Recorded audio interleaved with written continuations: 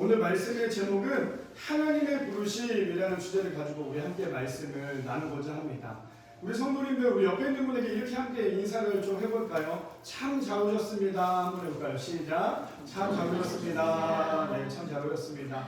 오늘 너무너무 제가 사실 너무 흥분이 돼서 사도신경까지 틀릴 정도로 흥분이 됐었는데, 왜냐면 예배를 드린다는 게 저는 너무너무 감격이었어요. 제가 사실은 이 미랄교회라는 게 2014년도에 의정부에서 밀락동에서 처음 시작을 했어요.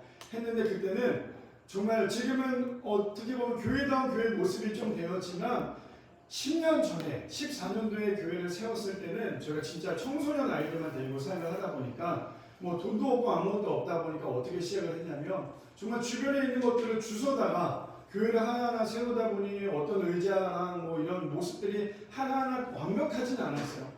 그렇게 하다가 이제 청소년 아이들만 자꾸만 부흥을 하다가 나중에 교회에 재정적으로 좀 어려움이 있다 보니까 교회가 문을 닫게 되고 2년이라는 시간 동안 교회의 문을 닫고 저는 다시 부교육자의 생활을 해서 10년 후에 다시 이 자리에 오게 되었습니다. 그래서 저에게는 굉장히 이 시간이 은혜의 시간이기도 하고요. 또 굉장히 감동의 시간이기도 하고 제일 너무너무 감사한 건 뭐냐면 여기 서보니까 더 알겠는데 저에게 힘이 되시는 분들만 오늘 다 오신 것 같아요. 그래서 저는 오늘 너무 이 말씀을 준비하면서 사실 어저께 잠이 안 오더라고요. 얼마나 설레고 얼마나 긴장이 되고 오늘 우리 예은 자매가 저에게 그런 얘기를 했어요. 목사님 오늘 되게 긴장해 보이시네요. 사실 제가 청소년 사역을 이제 올해까지 했으면 20년째 하고 있어요. 아이들한테 떨리는 모습이 없이 막 소리를 질렀던 그 모습이었는데 이상하게 오늘 너무너무 떨려서요. 오늘 밤에 어제 밤에 잠을 자려고 했는데 새벽 2시까지 잠이 안 와서 거실에 혼자 앉아서 책도 좀 보고 기도도 하고 이렇게 했는데 오늘 이러려고 하나님께서 저에게 그 시간을 좀 귀하게 주셨던 것 같아요. 그래서 어제 저희 아내랑 같이 잠을 못 자며 오늘 이 예배를 위해서 열심히 또 기도하며 준비했는데요. 이 교회가 지금은 뭐 다른 기존에 다녔던 교회만큼 사람도 많지 않고 뭔가 좀 어설퍼 보이지만 이 교회가 앞으로 성장해 나가야겠고 또 주님께서 이 교회를 통해서 역사하시고 저는 분명히 기대합니다.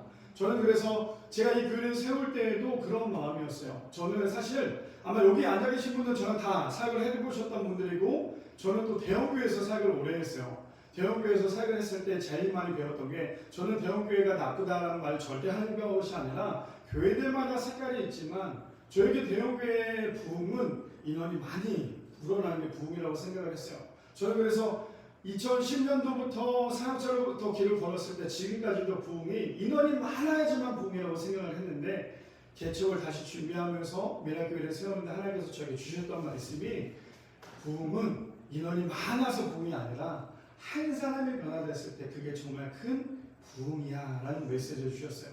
그것이 만약에 저에게 있지 않았다면 저는 아마 개척의 길을 조금 더 밀었겠죠. 가만히 있어도 편하게 살아갈 수 있는 것들이 많았는데 왜 이렇게 힘든 개척교회를 다시 하려고자 하냐면 저에게는 이 개척이라는 시간이 하나님과 저와의 시간 가운데 가장 귀하고 너무너무 값진 시간이었던 것 같아요. 그리고 하나님께서 저에게 주셨던 마음도 인원이 단순히 많이 그래서 저는 이 교회를 위해서 기도할 때 하나님 이 자리가 가득 차고 넘쳐서 앉을 자리가 없도록 해주십시오. 이거는 저의 옛날 기도 제목이었어요. 물론 그게 없진 않겠지만 지금의 저의 마음은 한 사람이 오더라도 그 사람의 마음에 혹시 심령에 상처가 있다면 그들이 우리 교회를 통해서 위로가 되고 회복이 되어서 그들이 섬기고 있는 교회나 그들이 있는 직장에서 그들이 받았던 그 회복을 나눠줄 수 있는 귀한 교회가 되게 해달라고 기도 제목이 바뀌게 되었습니다. 저에게는 이러한 비전을 가지고 나아가려고 해요. 그래서 생각나실 때마다 기도해 주시고 함께 가주셨으면 좋겠습니다. 오늘 말씀의 제목이 왜 하나님의 부르심이냐? 저에게는 이 하나님의 부르심이라는 이 말씀이 저에게 너무너무나 귀한 말씀이었어요. 특별히 오늘 이 말씀은 우리 교회의 성구이기도 하죠.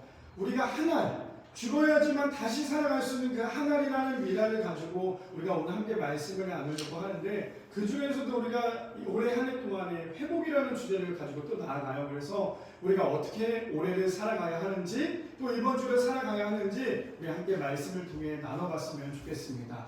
간디가 이런 말을 했어요. 뭐라고 얘기를 했냐면 나는 예수를 사랑한다. 그러나 기독교인은 싫어한다. 왜냐하면 그들은 예수를 닮지 않기 때문이다 라고 얘기를 했습니다.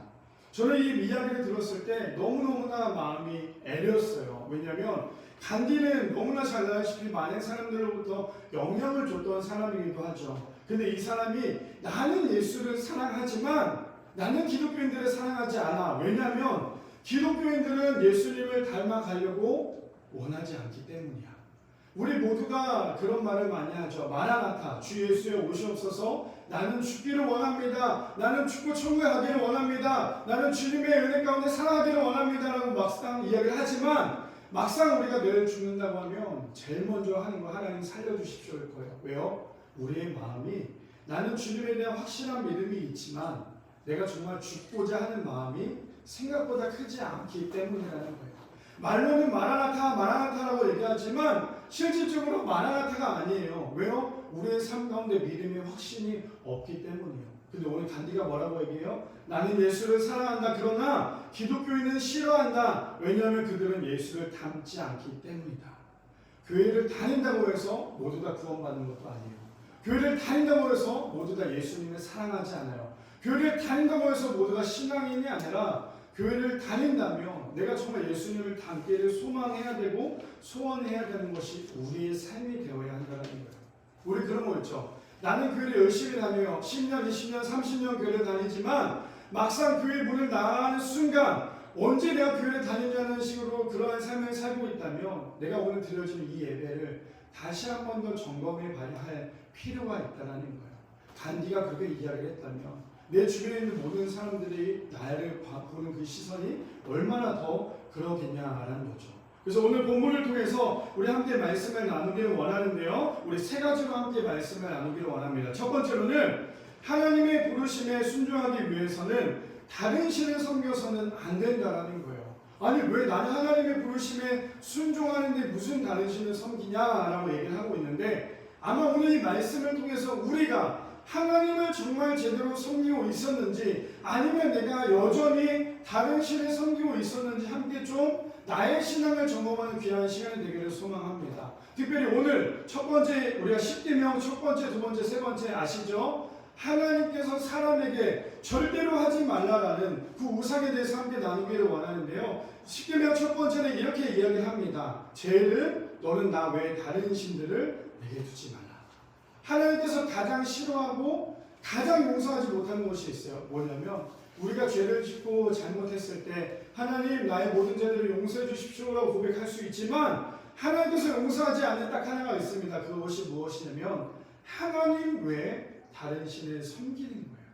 하나님 외에 다른 신을 섬기는 것만큼 하나님께서 화가 나고 그것을 절대 용서하지 않는다고 말씀하세요. 하물며 하나님께서 뭐라고 말씀하셨냐면 나는 질투하는 하나님이야 라고 표현하시기까지 하셨다는 거죠. 두 번째 10계명은 이렇게 말합니다. 우리 함께 읽어볼까요? 시작! 제2는 너를 위하여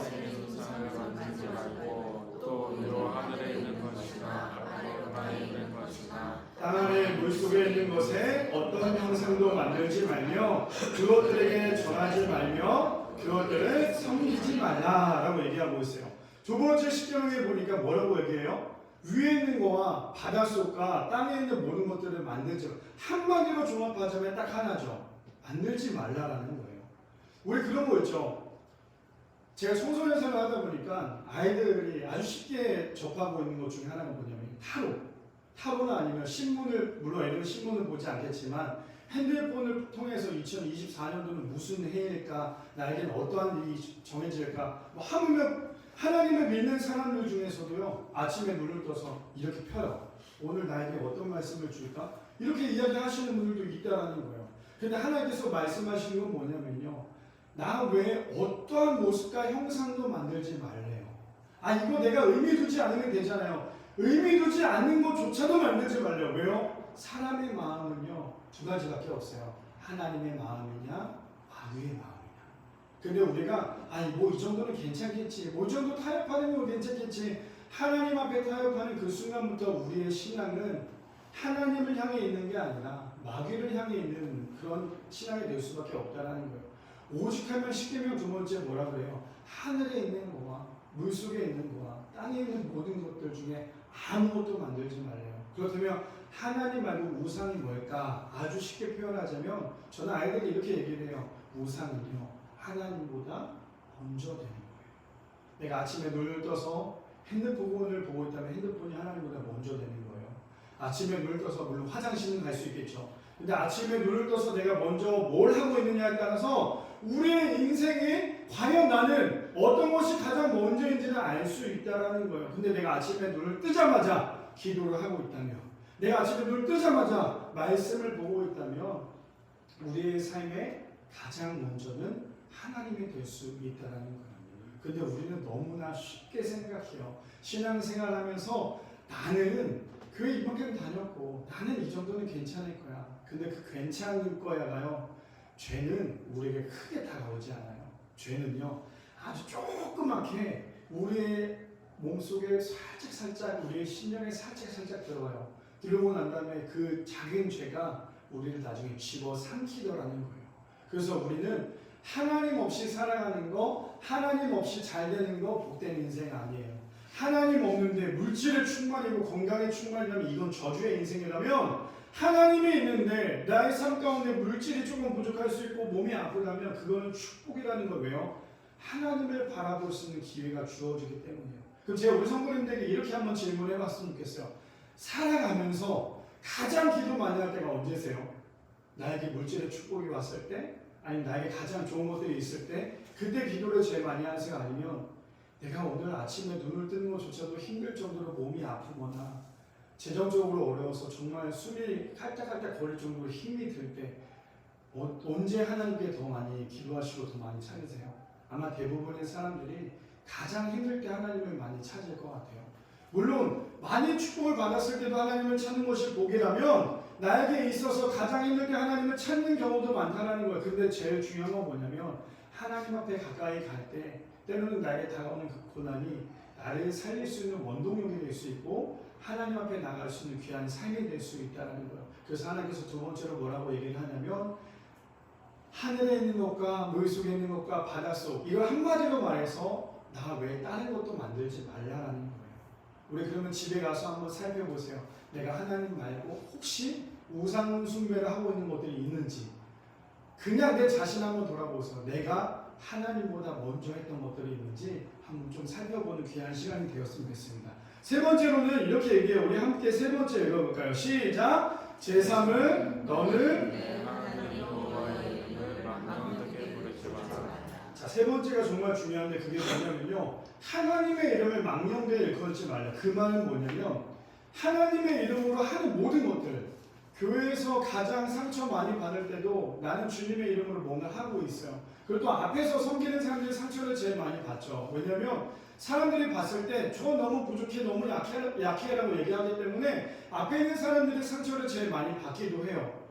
또 한편으로는 오늘 세 번째 얘기한 것처럼 우리가 하나님을 열심히 믿는다고 하지만 하나님의 이름으로 망령되이 일컫는다는 게 무엇이냐면 딱 한마디로 말하면 그거거든요. 하나님의 이름을 욕되게 하는 거예요. 내가 10년 신앙생활했고 20년 신앙생활했고 30년 신앙생활 했는데 나의 삶이 조금 더 변하지 않았고 나 때문에 믿지 않는 사람들 교회를 나가지 않는다라고 얘기한다는 건 그거야말로 하나님의 이름을 망령되이 일컫는다라고 얘기를 하고 있어요. 그렇다면 어떻게 해야 돼요? 믿는 사람이라면 믿는 사람답게 살아가야 한다는 거예요. 그것이 무엇이냐? 내 모습을 통해 주변에 있는 모든 사람들이 그리스도의 형상, 그리스도의 향기를 맡을 만큼 우리가 살아가야 한다는 거예요. 그러면 가식적으로 살아가야 할까요? 아니에요. 내가 예수님의 모습을 담기 위해서 가식적으로 살아가라는 게 아니라요. 오늘 간기가 이야기한 것처럼 내가 예수님을 담기를 소망한다면 당연히 우리가 예수님을 담기를 소망하기 때문에 예수님을 쫓아 살겠죠. 그럼 예수님에 대해서 흉내를 낼 수밖에 없겠죠. 그러면 많은 사람들이 그 모습을 보고 아, 저 사람이 진짜 예수 믿는 사람이구나 라고 이야기를 할 수 있다는 거예요. 그래서 우리가 세 번째까지 이야기를 나눠봤지만 중요한 건 뭐냐? 하나님 외에 다른 우상들, 하나님 외에 만들어지는 모든 것들은 괜찮아, 이 정도면 괜찮겠지가 아니라 그것 때문에 내 인생이 무너질 수 있다는 거예요. 자, 그렇다면 출애굽기 말씀해 보니까 이렇게 얘기하고 있어요. 32장 4절에 보니까 우리가 너무나 잘 알고 있는 배경이죠. 4절에 보니까 이렇게 얘기합니다. 아론이 그들의 손에서 금고리를 받아 부어서 조각칼로 새겨 송아지 형상을 만드니 그들이 말하되 이스라엘아 이는 너희의 애굽 땅에서 인도하여 낸 너희의 신이로다 하는지라 라고 얘기합니다. 여기서 어떠한 배경이냐, 우리가 너무나 잘 알고 있는 이 1절부터 살펴보면 1절에 뭐라고 나와 있냐면요, 모세가 오기를 더디하였다라고 얘기를 해요.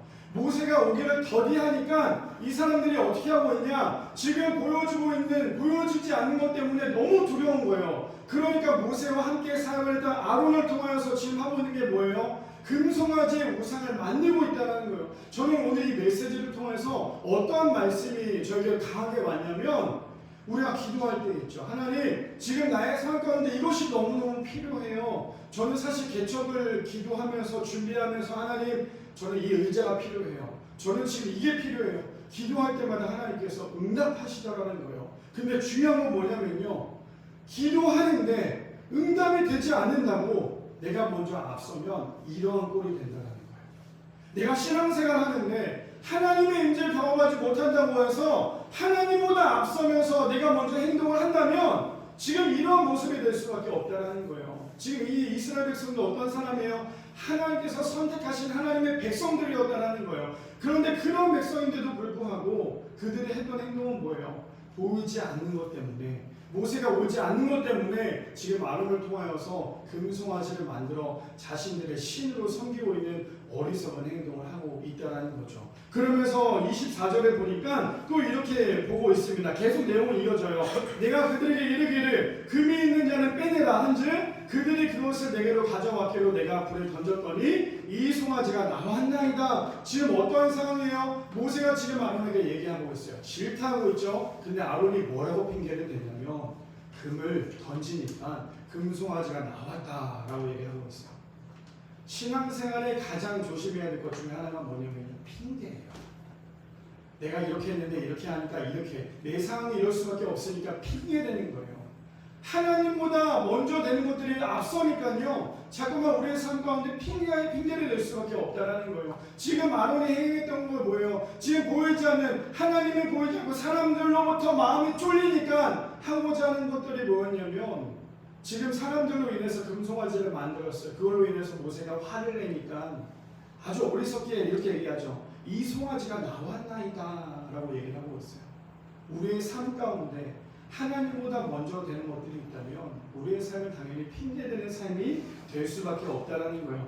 그런데 모세가, 우리가 이 말씀을 아마 너무나 많이 들었을 거예요. 31절부터 34절에 보면 모세 대단하다라고 얘기하는데 이렇게 얘기해요. 모세가 여호와께로 다시 나아가 여짜오되 슬프도소이다. 이 백성이 자기들을 위하여 금신을 만들어 싸우니 큰 죄를 범하였나이다. 지금 하고 있는 게 뭐예요? 모세가 여호와께로 다시 나아가서 여짜오죠. 그리고는 너무너무나 슬퍼하고 있는 거예요. 하나님 말고 우상 숭배를 하고 있는 백성들을 향해서. 그러면서 32절에 보니까 이렇게 표현해요. 그러나 이제 그들의 죄를 사하시옵소서. 그렇지 아니하오시면 원하건대 주께서 기록하신 책에서 내 이름을 지워버려 주옵소서. 자, 우리가 여기서 오해하지 말아야 될 것 중에 하나가 뭐냐면, 모세는 대단한 사람이죠. 근데 모세가 대단한 게 아니에요. 하나님께서 모세를 사용하셨기 때문에 모세가 대단한 거예요. 모세가 내 이름을 지워주시옵소서라고 얘기했던 건, 모세가 우리가 한편으로 봤을 때 와 모세 그만하다라고 얘기하겠지만 아니에요. 모세는 하나님의 마음을 너무나 잘 알았어요.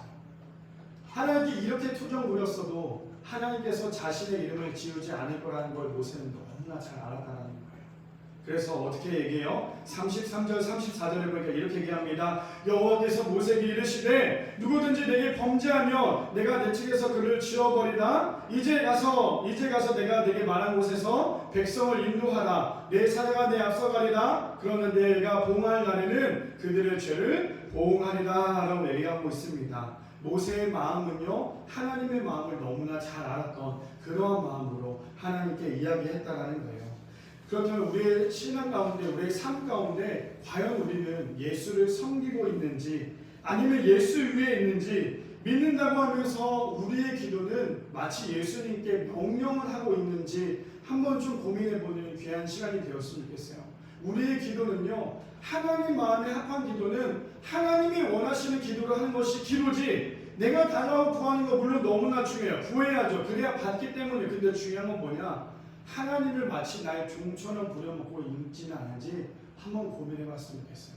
우리의 신앙 가운데 정말 잘못하고 있는 것 중에 하나가 뭐냐면, 하나님을 내 위에 두는 게 아니라 하나님을 내 아래에 두고 내가 필요할 때마다 기도하고 필요할 때마다 써먹는 그런 하나님으로 만들지 않는 우리 모두가 되기를 소망합니다. 그래서 마태복음 11장 28절에 보니까 저는 말씀을 준비하면서 이 말씀이 저에게 너무나 위로가 됐어요.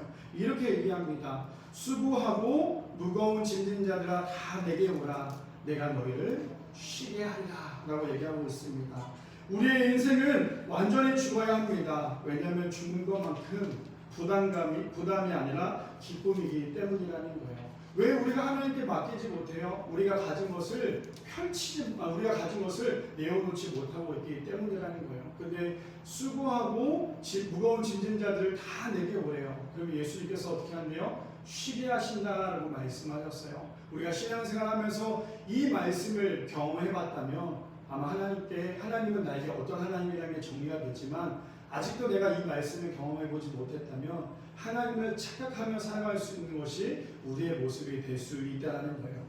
바라기는 우리의 삶 가운데 하나님을 믿는다고 하면서 아직도 세상에 우상을 만들어, 나를 위해서 우상을 만들어 신앙생활하는 것이 아니라 하나님의 마음에 합한 하나님으로 인하여 우리의 삶이 만족하며 살아갈 수 있는, 그래서 하나님의 부르심에 순종할 수 있는 사랑하는 우리의 성도님들 되시기를 축복합니다. 두 번째로는 이렇게 얘기합니다. 하나님의 부르심에 순종하기 위해서는 남과 비교하는 신앙이 아니라 하나님과 나와의 관계라는 거예요. 신앙생활하면서 가장 미련한 것 중에 하나가 뭐냐면 바로 이 비교예요. 비교의식은 사람을 살리는 게 아니라 사람을 죽일 수밖에 없어요.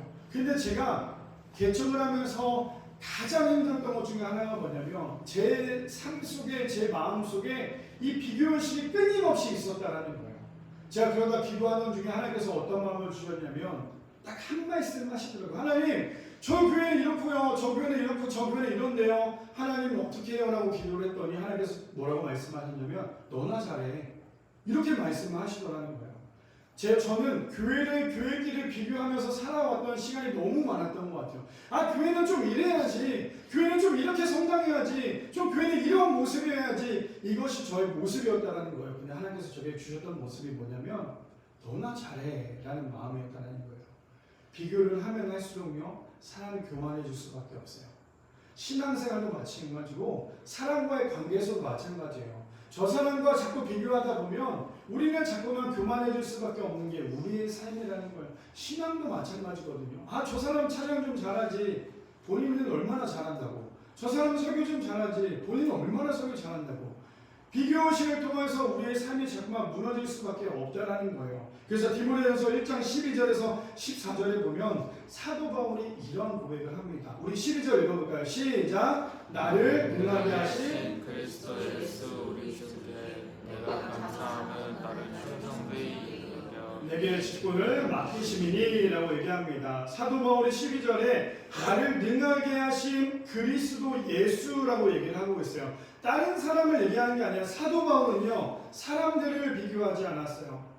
오로지 사도 바울의 삶은 예수 그리스도만 능하고 예수 그리스도만 나의 인생의 구주라는 것을 사도 바울은 확실하게 알았다는 거예요. 그러니 뭐라고 얘기해요? 우리 주께 내가 감사함은 나를 충성되이 여겨 내게 직분을 맡기시니.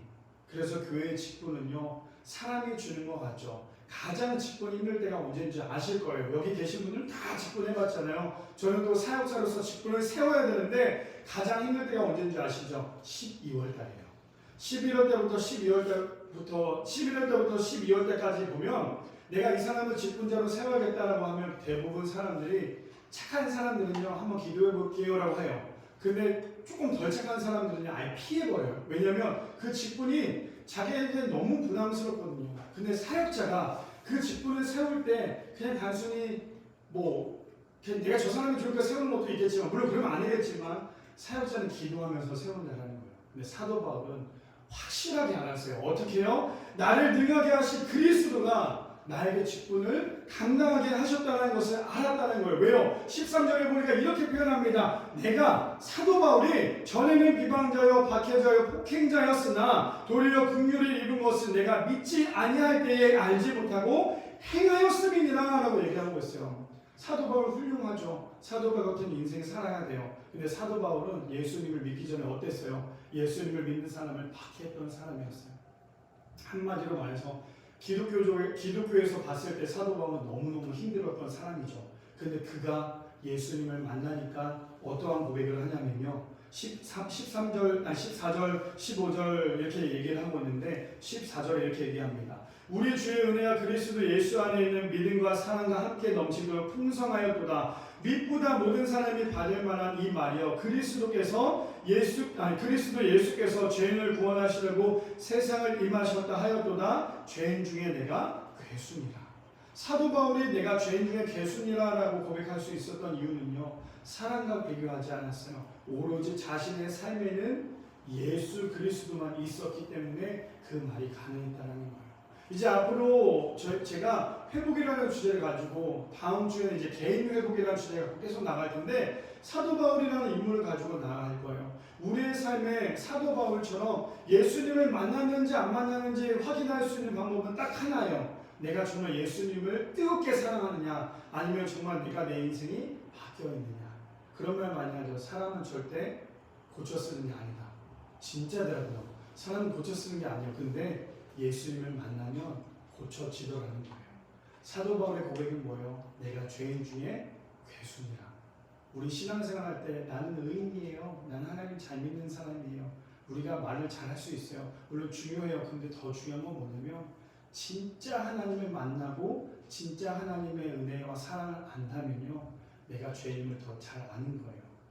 우리가 감사기도 하기 전에 먼저 해야 될 게 뭐예요? 회개예요.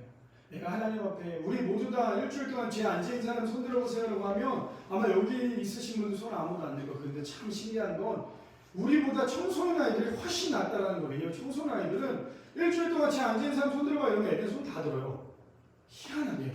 근데 이게 예수님을 만난 친구들은 자신의 죄인인지 알지만 그렇지 않은 사람들은 자신의 죄인인지 알지 못하기 때문이라는 거예요. 우리가 자꾸만 그래서 상처받는 이유가 뭐예요? 자꾸만 사랑과의 비교 의식에 있기 때문이죠.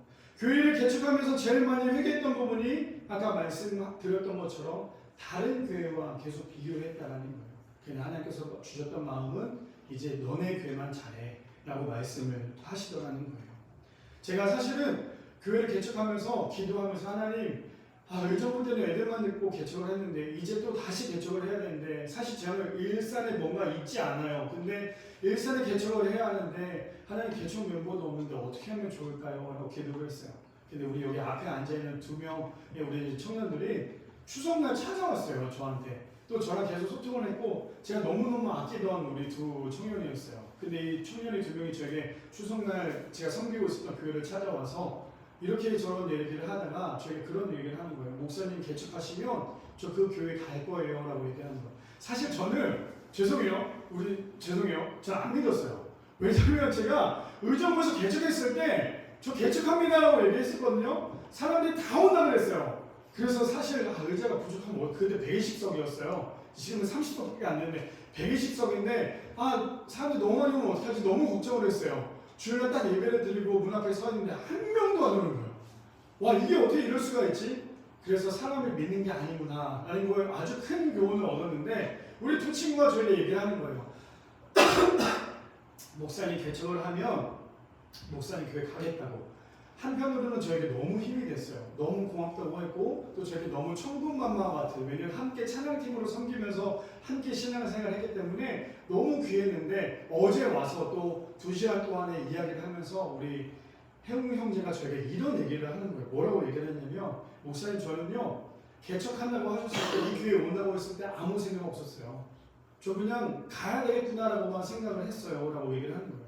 저는 그 말이 얼마나 감동이 되고 얼마나 은혜가 됐냐면, 왜 그럴까? 제가 사실 기도하고 또 기도하고 또 기도했던 내용을 우리 혜웅 형제가 얘기했던 거예요. 어떤 거냐면, 교회는요 예수 그리스도만 바라보면 고민하고 걱정하고 두려울 게 없다라는 거예요. 근데 자꾸만 교회 안에서 사람 의식하고 사람 보고 이것저것 따지다 보니까 내 삶 가운데 두려움이 찾아올 수밖에 없더라는 거예요. 그래서 제가 어제 우리 형우 형님한테 너무너무 고맙다라고 얘기를 했는데, 우리 신앙생활에 그런 것 같아요. 우리가 자꾸만 하나님을 바라보지 않고 사람을 바라보게 되면 결국에는 우리가 놓쳐있는 부분이 너무나 많다라는 거죠. 그래서 바라기는 우리의 신앙 가운데 비교의식 가운데 살아가는 것이 아니라 하나님 한 분만 바라보며, 이 사람이 잘 되는데 내가 배가 아픈 데가 아니라 이 사람이 잘 되면 축복해 줄 수 있는.